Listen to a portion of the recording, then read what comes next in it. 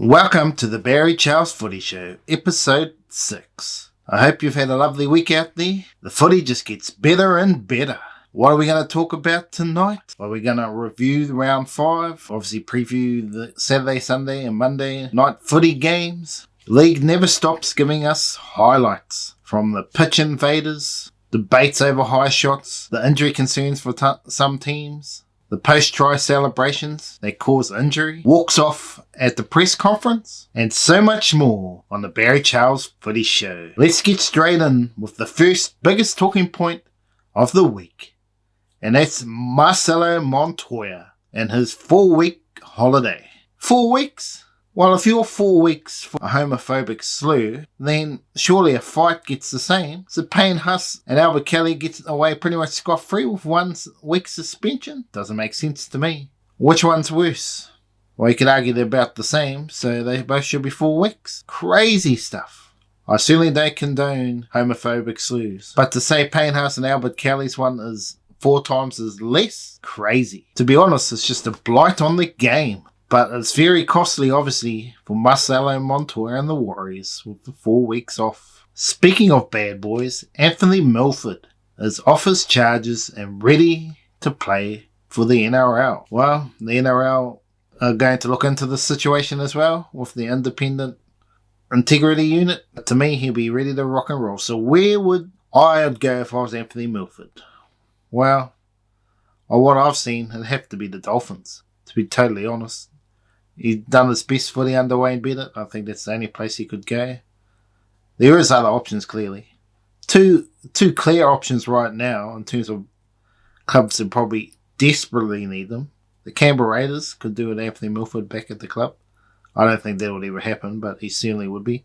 And the Dragons could do with a number 6. Put him in there with Ben Hunt. They played together. That couldn't be a good signing. The Rabbitohs, I just don't. Milford's too much of a Cody Walker for me. There would be just 2 players that are the same. It just wouldn't work for mine. And obviously the Knights want them, and I don't know why. I don't think he brings much more different to what they've already got. And maybe he could bring a bit more X Factor, but that's a big if. And whether Adam O'Brien can get that X Factor out of him, that'll be a big question mark. So where do you think Anthony Milford will end up? Be interesting to see. Obviously the big talk is the Knights, but I think the Dragons, if they seriously want him, or the Dolphins, that's where I see the Anthony Milford situation going. Now let's have a look at the excitement of the weekend. The Streakers. Mitchell Moses had the time of his life as he got a front row seat to the hit of the round. Or was it the hit of the year? Roll the tape. It was great to see Auntie Storm getting out and supporting Rugby League this weekend. What? Intruder on the field as well. Still in on 14 right now, Andrew. No, it's a her. Well, you get it. Well, all the best. She's got crunched. This is how I'd like to do. Wowzers. TikTokers trying to get more views. How embarrassing to have to show your kids later on that you did that half naked. Certainly wouldn't be a proud moment in your life. But maybe for some users it is. But even more crazy, how about the Olympic torch making it onto the field? Roll the tape.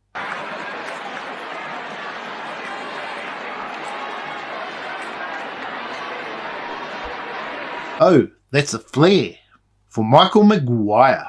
A SOS call has been come from one of his fans to save him from himself. The captain of the ship needs to leave the ship. As you can see in the footage, Madge is lifted off the field, never to be seen again. I really am just kidding, but Michael Maguire can't last a year surely. This is hilarious stuff. It reminds me of a time when it was much more simpler, where streakers gone wrong. Or should I say, maybe the security guards or the ex-rugby league player made a difference that would change their life forever.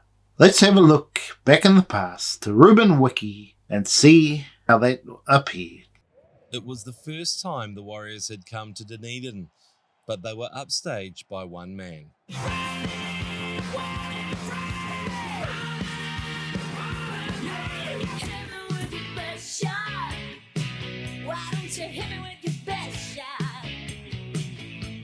Had to do it, mate.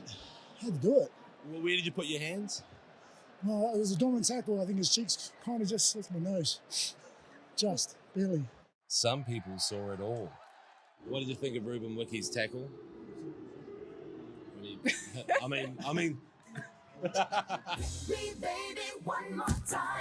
It was incredible. I'll tell you what, the tackle by Ruben Wickie, outstanding ball and all. Ruben put him on his ass, so he still got it. What's he doing tackling naked guys, mate? Didn't you want to just let the streaker be free? I think it was free enough.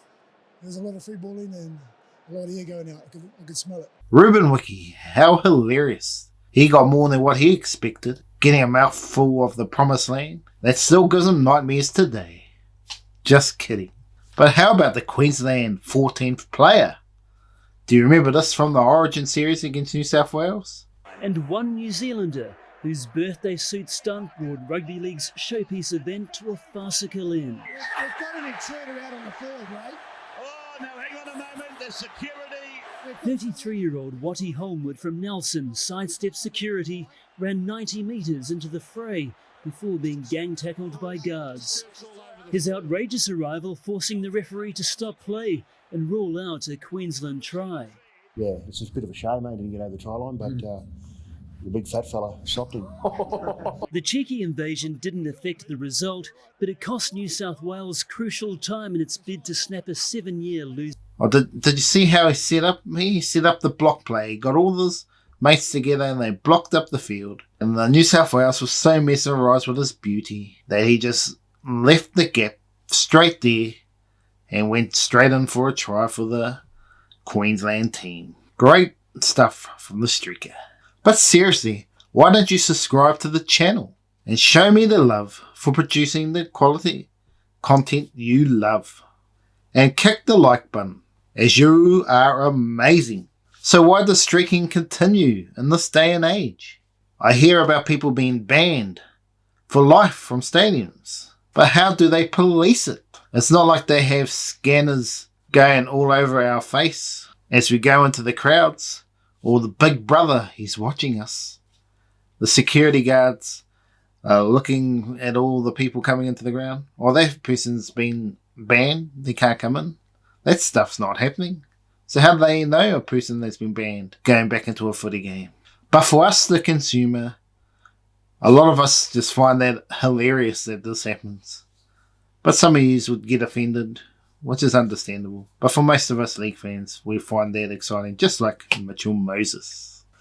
Talking about entertainment, how about Corey Oates? He certainly knows how to celebrate a good try. Or should I say, a season-ending injury? Well, maybe not that bad, but silly stuff from Corey Oates here. Have a look at the tape. Oh, that didn't sound so good there with Corey Oates there. Is he trying to be Tommy Turbo and running around the Sydney beaches? Or is he trying to have a dance in a nightclub like Alfie Langer? Back in the day, on top of the tables, you know how Alfie's like. After that sort of celebration, I don't think he'll be celebrating a try ever again. How about Kalen Ponga and Adam O'Brien at the press conference walking out? See you later, journalists. Why are you asking the same questions all the time? We've had enough. As Ponga keep deflecting the same questions about his contract talks, but the journalists just had to keep pressing and pressing, with the journalists basically saying it must be hard to stay at the Knights when the losses keep piling up. And that's when they walked out on the press conference. All right in front of the head coach. How embarrassing. But to be totally honest, Kalen Ponga seems like he's a bit of a show pony. He's trying to make his moolah.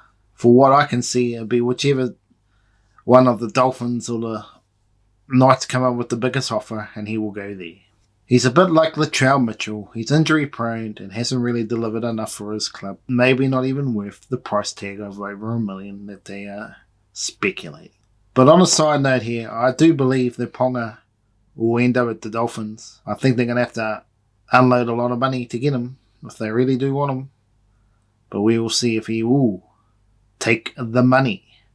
Because I expect Cameron Munster to also sign with the Dolphins if this happens. And just to add to all the craziness, the shoulder charge is back in the game. We know how Sonny Bill loved the shoulder charge, and it was exciting for fans.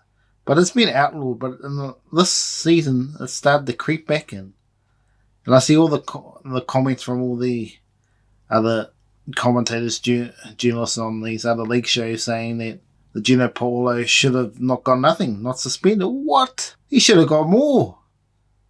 Forceful to the head, mate. They can concuss somebody. Can fracture a cheekbone. Ask Joey Manu when he got hit by Latrell Mitchell. It just needs to be out of the game. You're saying that's sort of forceful? That was as forceful as you get. Maybe not as forceful as Steve Maddai's hits, but to me, that's easily 4 weeks suspension. Just like Montoya and that. This is stuff you want to get out of the game. You really want to get out of the game? You got to do that sort of stuff. 1 week.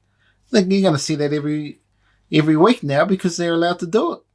Silly. I know a lot of you are going to say out there, oh, you love the physicality, but at the end of the day, if it's going to cause injury, it's got to be out of the game. I know you can get injured in a whole lot of ways. You get hit in the ribs and all stuff like that, but when it comes to the head, especially the brain, you want these players to live a long life. They don't want to be out with concussions. Look at Boyd Cordner and some of the other, Steve Mortimer, over time.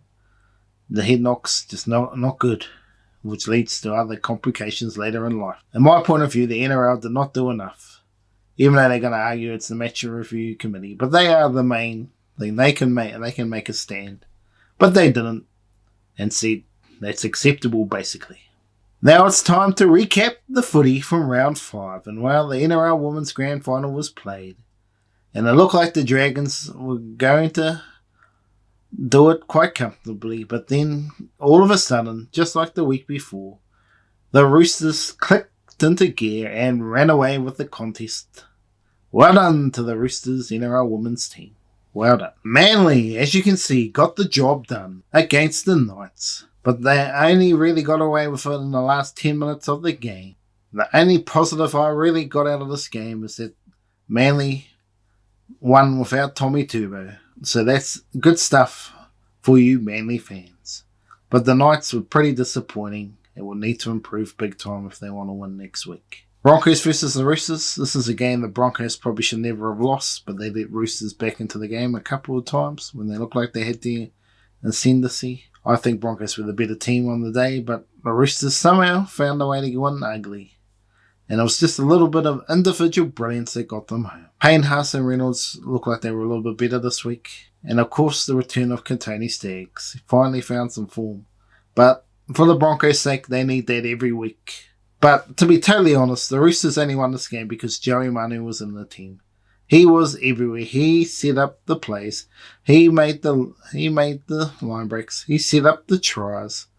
He was the everywhere man, and he was outstanding. And one of the best performances of the year. He was just in everything when it was needed, and he come home with the wet sail to get them the victory. Raiders versus the Storm. This was a pretty ugly game for the Raiders. But the changes are coming, but is it going to be enough? Xavier Savage should be in the starting team for mine. And Melbourne Storm just keep doing what they're doing, being consistent and winning footy games. With Jerome Hughes and Ryan Pappenhausen, they just keep on covering with Harry Grant. Now the Dragons' Rabbitohs game was nothing to write home about, and the injury in the game to Latrell Mitchell didn't help. But to be honest, on their performance, neither team looked like a top 8 team this season. Parramatta got the win, but they continue to falter on defence when they're really pressured by some teams, which is a challenge for Brad Arthur and his men. But for informed halves, you got Mitchell Moses versus Nico Hines. And to be fair, both of these players will probably not be in the New South Wales team. But on form, they should be the 6 and 7 right now. But obviously with Jerome Luai and Nathan Cleary, that will be the team. So will one of them get a bench spot? Well, there'll be other people arguing, not with Ryan Pappenhausen and others. It's going to be interesting to see where they go there. A lot of versatility there. Even Dylan Walker is in the mix for the number 14 jersey. And when you're looking at combinations of Nathan Cleary and Luai there, it gives you a stronger indication that Stephen Crichton might be on his way to a New South Wales debut with Latrell Mitchell out. And David Fafita come up with some individual brilliance. But he doesn't do that every week. And the question for Justin Holbrook, can he get the best out of him every week? And find his passion to play good footy every week. That's what they need to find for David Fafita. because they're not getting enough out of his $1 million signing. Sharks versus the Tigers. The Sharks cost themselves big time. They should have won by 60, but fundamental errors, they just let the Tigers back in a few times. So there's a lot of improvements still for the Sharkies on their performance. But on the other side of the coin, Tigers were woeful.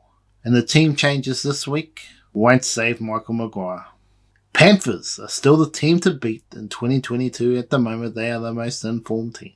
Until obviously someone beats them and shows them that the Panthers can be beaten. But are they going to go on a big, long winning streak again? We will see. And obviously the big signing of Nathan Cleary and Ivan Cleary long-term to $1 million contracts a season.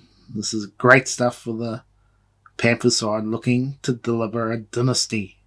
But the scary thought is Nathan Cleary is yet to dominate a game. The Panthers have already won all these games without him even having to be the main player. It's sending shivers down the back of my spine for opponents of the NRL as the Panthers are heating up. So life is rosy at the Blue Mountains. How about Kyle Flanagan's return? It was a solid return, but unfortunately for you Bulldogs fans, it's going to be another long season, and whether Trent Barrett is the coach to continue. I'd expect if Trent Barrett doesn't keep his coaching job here, that will be curtails for him as a head coach, and he'll be back in as assistant coach. Whether he goes back to the Penrith Panthers, that will be interesting to see. Well, we're at this time of the show when we show the game of the round. The Warriors versus the Cowboys. This game had many lead changes, some disappointing finishing touches, which I will go into depth with throughout the video of the game. Let's check out that.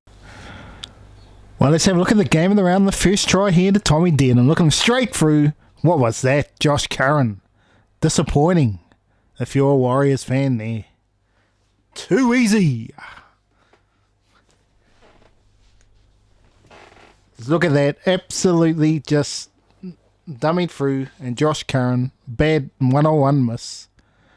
And for someone that might be looking at a jumper for New South Wales, well, that's disappointing. But good try for Tommy Dearden. Let's have a look here at the first try for the Warriors. You got Fanua Blake out to Sean Johnson. Nice run through there from Bailey Surinan. And look at that. Jesse Arthur's in. The good dummy there. But a bit of bad defence there from the Cowboys. We just pause it there. Sean Johnson. He had drawn the man. Bailey Surinan's gone through.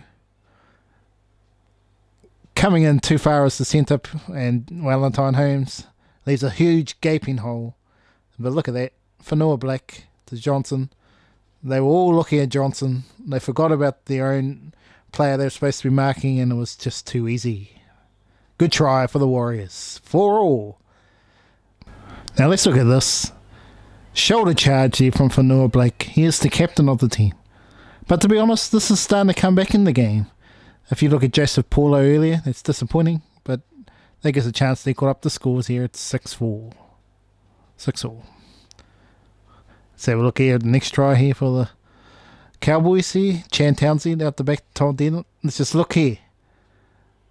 Scott Drinkwater come flying in was Pompey, which left Montoya absolutely unopposed here and just left Kyle Fowler in the gap. Let's have a look at the play go on there. Absolutely, completely missed. But oh, good tackle. No try there. What happened there?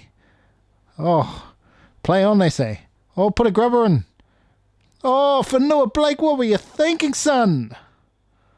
Wow. Look at that. Is just... That's under 8's footy there, folks. Fanua Blake thought he was too cool for school and just let in a simple try to Scott Drinkwater. 12-6. Disappointing. He got no one to blame but himself here. Look at this, just too casual. Oh yeah, I got this. Oh, you could say it's a bad bounce, but he's experienced enough to know better. Too easy. Okay, now let's have a look at this play from the Cowboys. Johnson, he's on his way. He gives it. Oh, he's away. They're not going to get him, surely. Oh, Reece Walsh too quick. Oh, Valentine Holmes, he's off. Can they get him? They're trying to get him. Look at Montoya. He comes across, but misses the tackle. but he gets there in the end. Good stuff from Valentine Holmes. Runs across from the other side of the field. But now, there's no one on the other side. Deaden to Townsend, and flying here, and then going. Cossey trying to get there. The good thing here, I'll tell you, home, not that he got the tackle, but Edward Cossey ran right across to the other side of the field to try and save the try. Now Montoya came from the other side of the field to save the try on the other side, and Edward Cossey knew that there was no one on the other side, and he sprinted right across there to try and save this. He didn't get there, but look at this play again. Beautiful intercept. If it wasn't Reece Walsh, he was in. Valentine Holmes, Montoya come across right from the other side of the field. Good stuff. Made the tackle. And Edward Cossey, he realises, holy shoot, I need to get over there. He did his best, but just couldn't quite get there. Good stuff here from the Cowboys. Chad Townsend. Look at this pass from Jeremiah and Peter Hickey. It was pretty simple pass. There's no centre or winger out this side, but that's the way it was. Good stuff. Look at this from Chanel Tavita Harris, 40-20. It's 18-6 here to the Cowboys. Can they get in? Nicarima out to Curran. Chanel, look at this. Chanel. Now we got Chad Townsend looking at Bunty Afoa. We got this Peter Hiku looking at Chanel. And they all forgotten about you and Aiken here. And look what happens here. Oh, so close. So close. They did defend it off. But look what happens next. Too simple. They all forgot about the play in the next play. That was way too simple. Now, Aiken probably arguably should have scored the try before, but he just didn't quite get there. But look at this. Disappointing slack defence from Jordan McLean on the inside. Very disappointing. Beautiful play here. Look at that. Just laziness. Ben Hampton there as well. Just all very late. Scott Drinkwater, sorry. Not Ben Hampton. Very disappointing. Just before the half break, it's 18-12 to the Cowboys. Okay, just to start the second half here. Oh, what happened there? Nicarima straight in. What happened? What? I just walked straight in. They all sold dummy, even Drinkwater. All three players dummied and in for the try of Nicarima. Reece Walsh converts. It's 18-all. Now let's have a look here at the Cowboys' next try. 18-all here. Let's go. Set up here. A nice set-up play here, ready for the big play. Chad Townsend's ready to go. Let's see. Now here, Chad Townsend. I'm just moving on a little bit more here. Chad Townsend. He was never going to pass it to his prop because he was pretty much overrun him already. The players, look here. You got Sean Johnson looking at Chad Townsend as well. Forgetting about Tom Dearden. No one's looking at Tom Dearden at the moment. Let's look here. Scott Drinkwater. Sorry, go back a little bit here. Let's watch this again here. Okay, you got Sean Johnson. Still not really looking at Scott Drinkwater. I don't know where he's looking. Jesse Arthur's looking at Scott Drinkwater. And they're forgetting the man out the back here. So no one is looking at Valentine Holmes here. And it just leaves the gap. And too easy. Or was it? Did Reece Walsh save it? He nearly did. But he managed to get it down right there, Valentine Holmes. And will he convert his own try? Oh no, he won't. How did he miss that? 22-18. Good game. Sean Johnson with the kick. Let's see what happens here. Blows up in the breeze. Oh no, he's away. Drinkwater's away. What is happening? Oh, good tackle. Good tackle there. Had to be made. And soon after, this is what happens. Oh no, it's play on. It's not a knock on. Surely it's a knock on, sir. You hear that knock on every day of the week? No, it's play on. Chad Townsend. Let's see what happens in this play here. Out to Townsend. Jeremiah and he's close. He's getting real close to the try line. Can he score? Let's have a look. Big barge over. Oh, disappointing. There was a chance there for the Cowboys. They could have taken a 10-point lead. But 7 minutes later, Montoya comes up with a big hit. And this is the moment of the game where we see some carrying on from Montoya. Tell him to get up using the F word. There, he's gone in with a shoulder charge there. See, there are some hands there. But that's just an argument for a shoulder charge. For mine. But yeah, what he said to Kyle Felt was disappointing.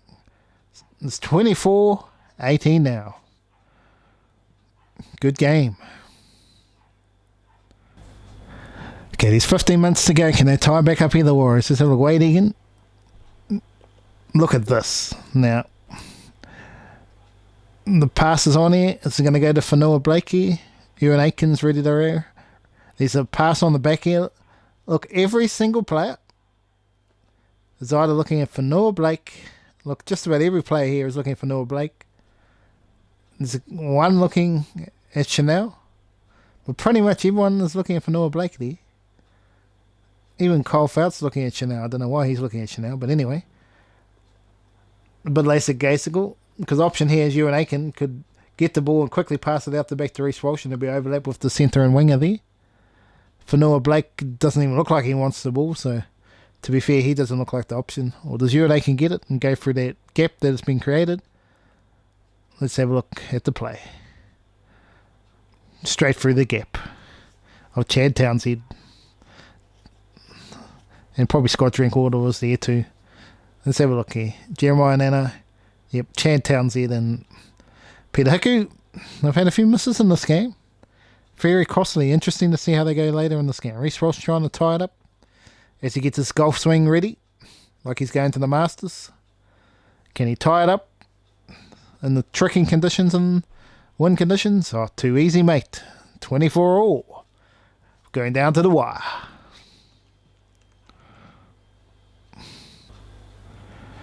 Can the Warriors do anything here with 7 minutes to go? Let's have a look here. Sean Johnson out to Walsh. Pass. Was that a knock on from Suriname? Anyway, carry on. Jesse Arthurs. He's off. Go Rolfsey. Oh, passes it out to nobody as Tala guy come flying in. Last play. Surely field goal. Field goal. What are you doing, Johnson? Are you ready for field goal? What are you doing, Johnson? Not even looking for a field goal. Oh, he's going for the play instead. Oh, here we go. Arthurs. No. Oh. A field goal has gone begging there, folks. Look at that one at home, kids. He could have been set up for a field goal. He wasn't deep enough. And after this beautiful play that they would have been rushing up to get him to, they had plenty of time in the world. It's just going to cost the Warriors to win. Okay, it's the last play. Surely a field goal. Field goal. There's no one ready for a field goal. What are they doing? Oh, Granville puts a grubber in, and it's too deep. This is 4 minutes to go. These are two teams that are certainly not trying to win the game. This time, Johnson. Oh, but he's under pressure this time. He gets charged down from Granville. Of all players, Jake Granville. That shows you at home he should have taken the early one. Good stuff from Granville there. And Sean Johnson runs the ball. Was that the right play with 2 minutes to go? Setting up for a field goal. Walsh. Surely Walsh. Right in front. No one in front of you. And he shanks it. Absolutely shanks it. But to be honest, Sean Johnson should have done better in the play before. Could have been closer to the post. Let's see what the Cowboys do here in the last minute of the game. Jason Tomlona hits it up 40 metres out. Surely you'll be setting up for a field goal if you're not going for... Yeah, up the middle. Let's go, buddy. Up the middle. Yes. Surely. One more play up the middle. Surely. Yes, Jordan McLean. Oh, he goes a little bit off centre. What are you doing? Field goal, surely. Surely. Oh, no, he's not deep enough. Why was he deep? He should have been deeper. Oh, Drinkwater, there's a chance here. Felt for the kick. Puts the grubber in. Oh, Josh Curran's missed it. But, oh, thankfully saved the back there from Chanel Tavita. Had a very good game. Good save there, but what was Chad Townsend doing? Well, we're here at Golden Point for Noah Blakey, some 10 metres out. And already, surely Johnson. Johnson! He's in, surely! There's no celebrations, he's missed. He's missed a golden opportunity. So Johnson's missed twice. Reece Walsh, that's 3 times the bites of the cherry.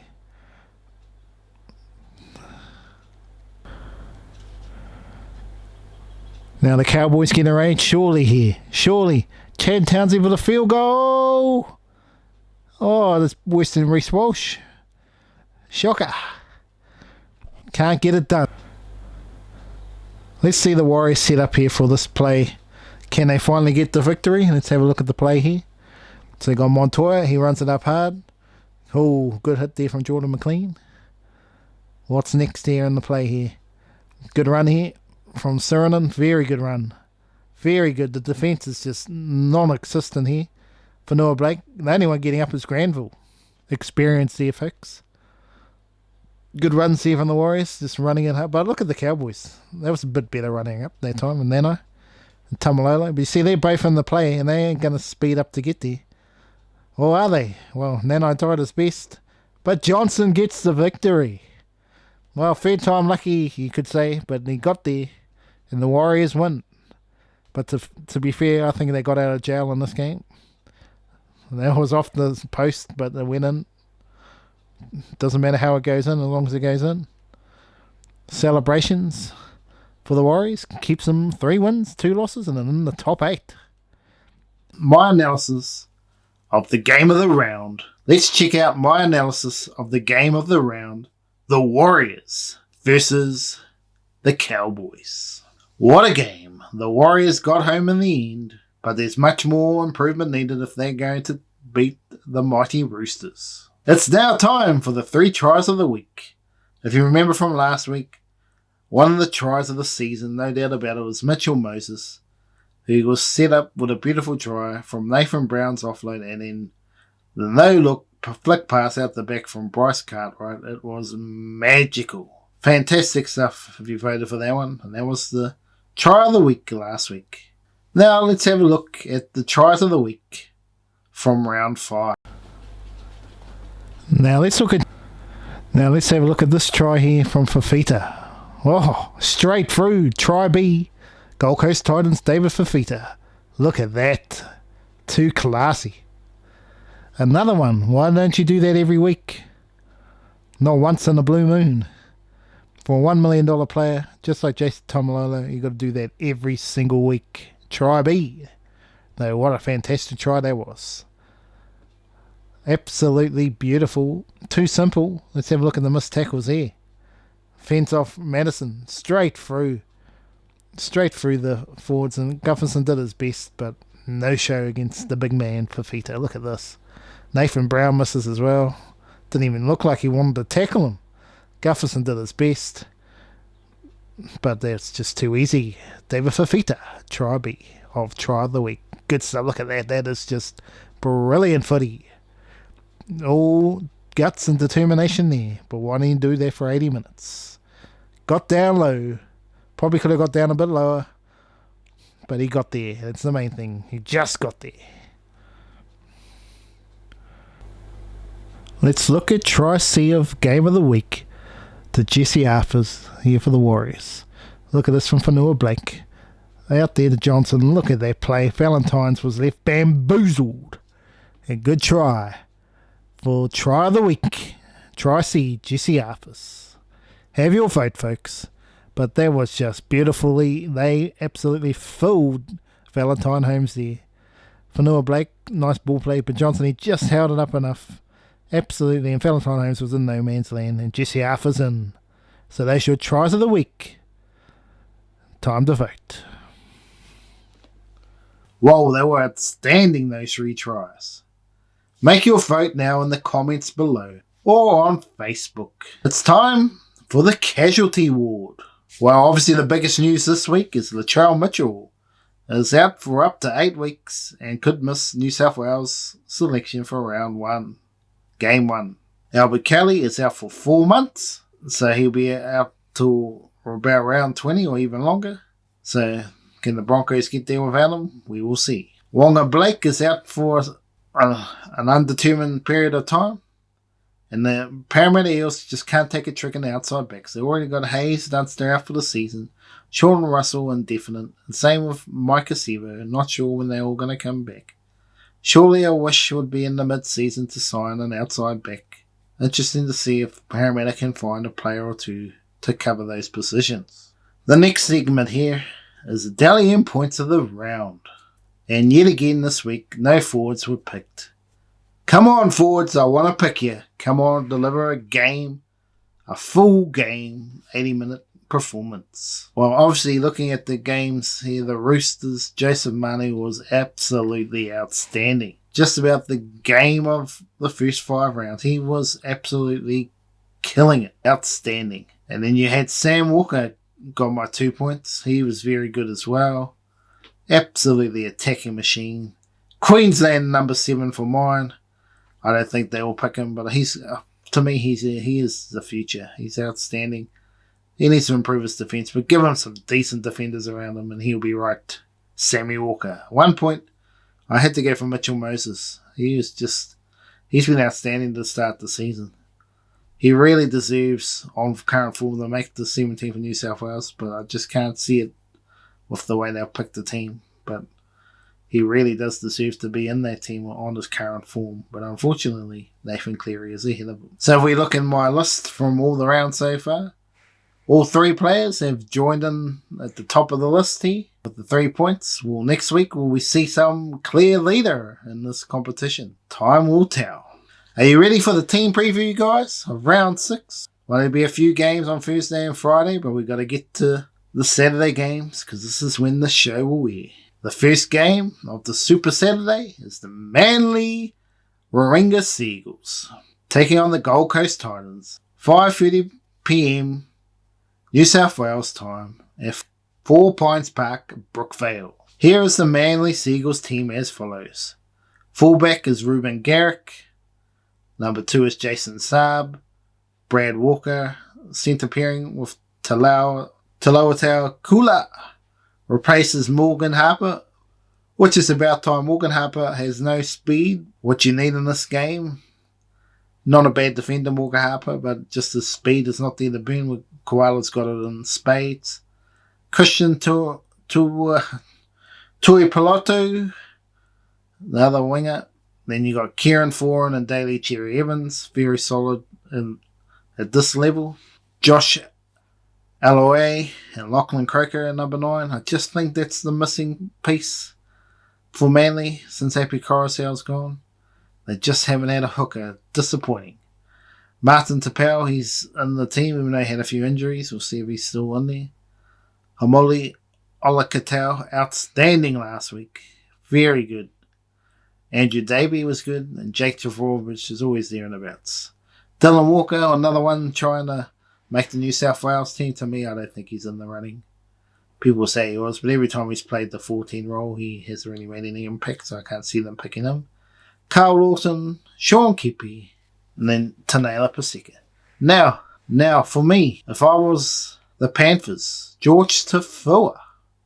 He was a very good player. I don't know why he keeps getting overlooked. Is he injured or something? To me, Parramatta should be looking to sign this player. He would be an absolute brute of a player for Parramatta. Just interesting to see. Just watch the space. There must be something wrong. He must have a long-term injury why he's not been picked. Because he was outstanding before. But he's a player Parramatta should be looking to sign. The Gold Coast Titans still have no Jayden Campbell. But are they making a mistake in leaving Brimson at number 6? Obviously the most attacking weapon they got. And maybe he should be fullback. Let's have a look at the Gold Coast lineup for round 6. So you got Jermaine Lasako, fullback, Philip Sammy, and Greg Mazu is the wingers. Brian Kelly returns with Patrick Herbert. AJ Brimson and Toby Sexton are the halves. Tuweka and Liu are the forward pack, and Aaron Clark. He's been a lot better than I would have thought. He's played his hand pretty well. Just some of these other fellas like David Fafita haven't pulled. I think Bo Firma's been pretty good.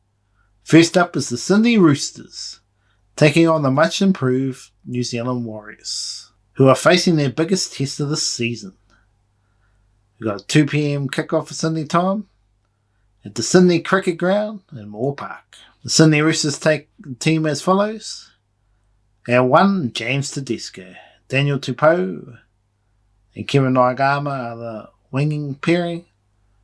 Let's have a look at the centre pairing. Paul Momorowski would have had a game we'd rather forget against Contoni Stags, carving him up. Can he bounce back this week? And Jason Money was all class last week. The halves pairing, Sam Walker and Luke Keary. Luke Keary, he needs to stand up and deliver. He has been very quiet. Don't rely on Sam Walker to win your games. He needs to lift his game. And maybe Cooper Cronk needs to lift his game also as the halves coach. Also another Rooster out of form is Jared Waerea-Hargreaves. Can he go to another level or is he past his use-by date? We will find out. Sam Verrills, Lindsay Collins, Nat Butcher, Tupanua, Victor Adley in the 13. Will he be the New South Wales number 14? That's another talking point. To me, he plays 13. I just put him in there at 13. Let him tackling machine. On the bench here, Connor Watson, Fletcher Baker, Angus Crichton, and Tukiao Giaho. And let's have a look who the Warriors line up to take on the Roosters. Reece Walsh, he's been a wonderful form in this couple of games back. And the return of Dallin Watene-Wozniak. Turn this time with Montoya out. Jesse Arthur's been in an outstanding form. And you've got Adam Pompey and Edward Cossey on the other side. Chanel Harris-DeVito and Sean Johnson. Can these two be consistent all year? If they want to be a top 8 side, they need them to. Adam Fanua-Blake, can he improve from his knock-on from last week? Matt Lodge, the props. Then Wade Egan, Ewan Aiken, Bailey Sirison, Josh Curran. The bench is Cody Nikarima, Bunty Afoa, Aaron Penne, and Elise Katoa.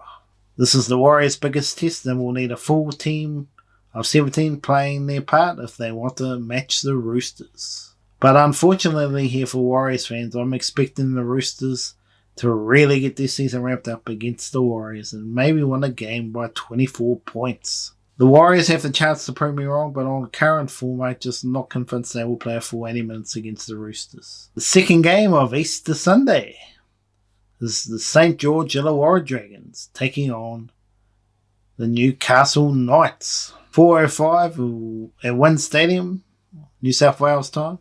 The Dragons have again left out Tyrell Sloan. Let's have a look at the team lineup. At fullback, Moses Mbai. Matthew Figai on the wing. Makali Rawava on the other wing. Mossy Sully and Zach Lomax, the centre pairing. Jack Bird at 6 with Ben Hunt.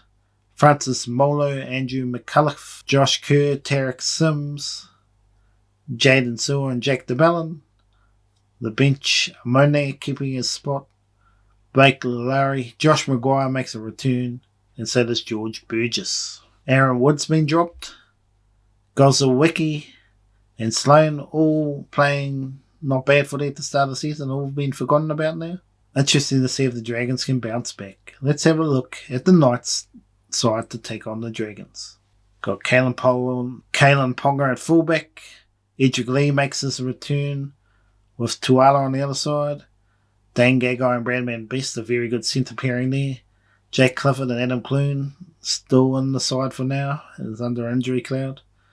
David Clemmer making his return to the prop with Daniel Safidi and Chris Randall, Tyson Frizzell, Brody Jones, Kurt Mann, and you got Phoenix Crossland, Jacob Safiti, Leo Thompson, and Sawa Sue. So Dominic Young's injury allows Edric Lee to return in the wing. But for some reason, Tex Hoy continues to be left out. He was outstanding a couple of weeks ago when he played. Very good player to me. This is a toss of the coin type of game, but I expect the Knights to get home in a tight one by 6 points. Final game on Easter Monday is Parramatta Eels against the Waifel West Tigers. 4 p.m. New South Wales time at CommBank Stadium, Parramatta. Let's have a look at the Parramatta lineup. Clint Gufferson at fullback, Penasai and Simonson the wing pairing, Tom Wapaichik And Marata Niakura, an interesting selection at centre. That's how low numbers they have in the outside backs. The halves pairing of Dylan Brown and Mitchell Moses. Regal Campbell-Gillard, Reid Mahoney. And with Joseph Paulo out, suspended, Oregon Kafusi gets a starting spot. Sean Lane, Isaiah Papalini and Nathan Brown. Then on the bench is Makatoa, Ryan Madison, Hayes Perman gets his first role, and Mitch Rain. Have a look at the West Tigers lineup. You got Dane Laurie, David Nofalumo is playing very well. James Roberts is back, Luke Garner and Stafford Toa. Luke Brooks has been moved to number 6. I think he should be dropped completely if it was me. Jackson Hastings is 7. James Tamel and Musgrove are the prop pairing. Simpkins at 11. Tuolagi, Luai, Joe Offenangara looked a little unfit last week. Jock Madden's on the bench this week. Or Alex Twell, Thomas McCulley, and Alex Sefaf with Tyrone Peachy, Jacob Lulu, Oliver Gilden and Ken Mamolo all been dropped. Will the wholesale changes make any difference to the Tigers? I think it might make a difference for 20 minutes, but after that, well, even though it's a 2 Sydney derby, I still expect a 50-point win here for Parramatta. Should be expected. Well, that wraps it here for the Barry Charles Footy Show. Remember to subscribe and kick the like button. And we will return again soon, next Saturday, for another round of rugby league in the NRL. Enjoy your Easter weekend, enjoy the footy, and remember to enjoy your chocolate Easter bunnies. Take care out there.